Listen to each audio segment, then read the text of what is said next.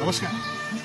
आज हामी तनहुँ जिल्लामा रहेको यो पवित्र धर्मस्थलमा आएका छौँ। यो देवघाट भूमि संसारभरिकै देवताहरूले विशेष गरेर यहाँ आउने, यहाँ चाहिँ मिटिङ गर्ने, छलफल गर्ने र यो शान्ति भूमिलाई विशेष गरेर यो नेपाललाई चाहिँ अत्यन्तै शान्तिप्रिय भूमि बनाउने र यो देशमा चाहिँ सुख शान्ति समृद्धि चाहिँ कसरी प्राप्त हुन्छ भनेर एउटा छलफल गर्ने स्थानको रूपमा चर्चामा रहेको र आज हामी यही स्थानमा आएका छौँ।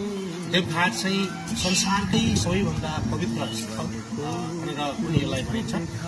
यो विषयमा आज हामी थोरै छलफल गरौँ, चर्चा गरौँ भन्ने हिसाबले पनि यो स्थानमा आएका छौँ र देवघाटको महिमा संसारभरिका हिन्दूहरूले यसको महिमाको बारेमा बुझ्नु भएको छ र यहाँ आएर धेरै मानिसहरूले सिद्धि प्राप्त गर्ने, यो ठाउँमा चाहिँ बस्ने, यहाँ चाहिँ यहीँ बस्ने, यहीँ ब्रह्मलीन हुने भन्ने खालको एउटा किम्वदन्ती पनि रहेको छ र हामी त्यसैलाई बुझ्न यहाँ आएका छौँ।